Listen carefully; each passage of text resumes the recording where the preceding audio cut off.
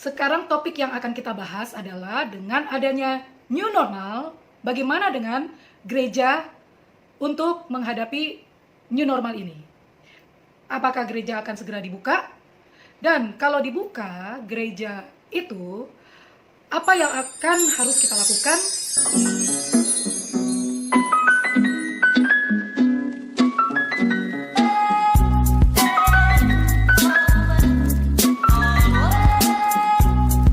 Hai pemirsa semuanya, ya salam sehat.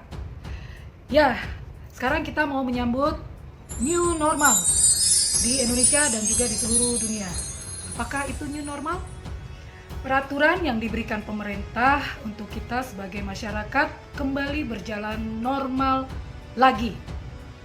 Dan perekonomian kita pun juga harus berjalan seperti sedia kalanya. Tapi tetap ada peraturan-peraturan dari pemerintah yang harus kita patuhi selama masa pandemi COVID-19 ini. Itu juga untuk kebaikan kita semua. Dan kita harus selalu mendisiplinkan diri kita supaya kita tetap terjaga dan tetap selalu sehat, kita dan keluarga kita dan lingkungan kita semua. Amin. Dan saya berharap juga supaya COVID ini segera berlalu dari Indonesia dan seluruh dunia. Amin.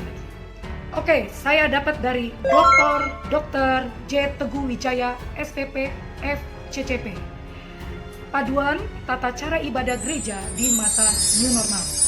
Di sini akan dijelaskan langkah-langkah apa saja yang harus jemaat lakukan saat kita masuk di dalam satu gedung gereja dan bersekutu bersama-sama dengan jemaat-jemaat yang lainnya.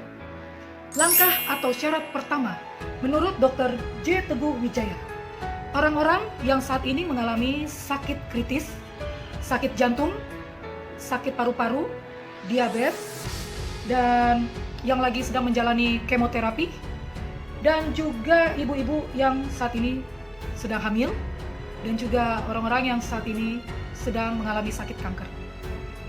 Itu tidak boleh masuk di dalam gedung gereja secara bersama-sama.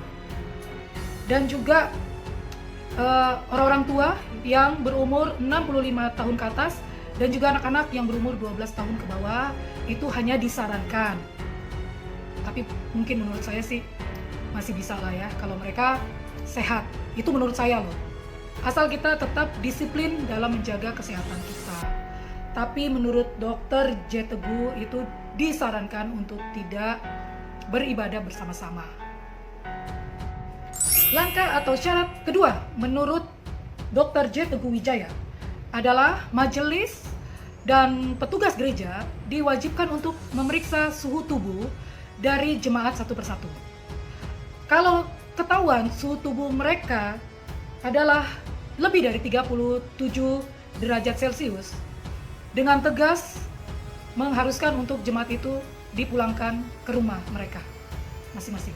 Dan jemaat yang kedapatan sedang sakit flu, batuk-batuk, bersin-bersin, terus sakit tenggorokan, sesak nafas, itu dianjurkan untuk segera dipulangkan.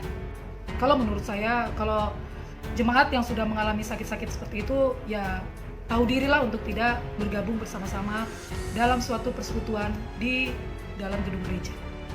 Ketiga adalah gereja wajib menyediakan tempat cuci tangan dengan sabun dan air yang bersih dan juga hand sanitizer sebelum jemaat masuk ke dalam gereja. Jadi ada petugas yang mengingatkan untuk jemaat mencuci tangan terlebih dahulu. Dan juga tidak dianjurkan berjabat tangan dan bersentuhan secara fisik. Yang keempat adalah semua warga di dalam satu gereja itu, baik pendetanya, jemaatnya, majelisnya, pemusiknya, singer, nggak tahu juga ya, tapi ini menurut Dr. J. Teguh Wijaya mengatakan semua yang ada di dalam gedung itu wajib memakai masker atau face shield. Itu yang biasanya dipakai secara transparan di satu muka itu. Dan gereja wajib menyediakan masker saat jemaat tidak membawa masker.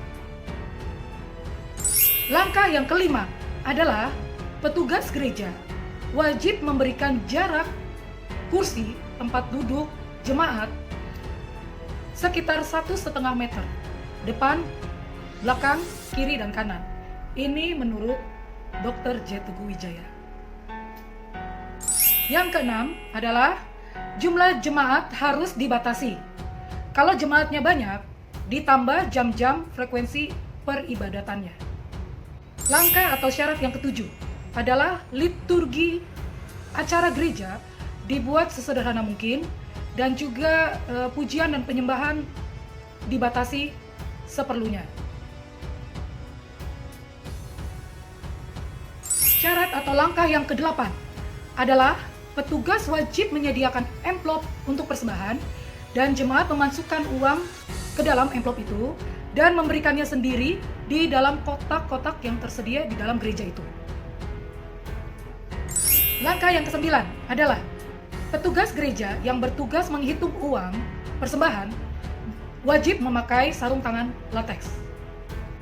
Yang ke-10, selama ibadah berlangsung, dianjurkan untuk tidak memakai AC atau pendingin udara dalam satu gedung. Dan sebaiknya dibukalah pintu dan jendela lebar-lebar untuk udara bisa keluar masuk. Dan kalau gedung itu tidak ada jendelanya, sebaiknya dari gereja membuat exhaust fan untuk mengalirkan udara bisa keluar. Yang ke-11 adalah seluruh warga jemaat, baik pendeta, majelis, jemaat yang lainnya, setelah ibadah dilarang untuk bersalaman, apalagi cipika-cipiki. Syarat yang ke-12 adalah di akhir ibadah, pendeta atau petugas gereja atau majelis tidak diharuskan untuk berdiri di depan pintu depan, agar tidak menimbulkan antrian yang panjang dari jemaat dan juga tidak bersentuhan secara fisik. Langkah atau syarat yang ke-13, sebelum meninggalkan gedung gereja, diharapkan jemaat untuk kembali lagi mencuci tangan dengan sabun dan air yang bersih atau dengan hand sanitizer yang tersedia di luar gereja. Yang ke-14, dari gereja wajib menyediakan atau memberikan semprotan desinfektan ke seluruh ruangan gereja sebelum dan sesudah acara peribadatan gereja. Oke pemirsa semuanya, inilah 14 syarat atau langkah-langkah yang akan kita ambil menurut Dr. J. Teguh Wijaya yang saya bagikan kepada pemirsa semuanya di saat kita mulai menghadapi new normal saat ini, dan akan kembali normal lagi di dalam kita bermasyarakat, di dalam perekonomian, dan juga di dalam kita mulai beribadah kembali di dalam gedung gereja kita masing-masing. Oke, salam sehat, tetap kuat di dalam Tuhan, dan tetap semangat. Tuhan Yesus memberkati kita semuanya. Bye.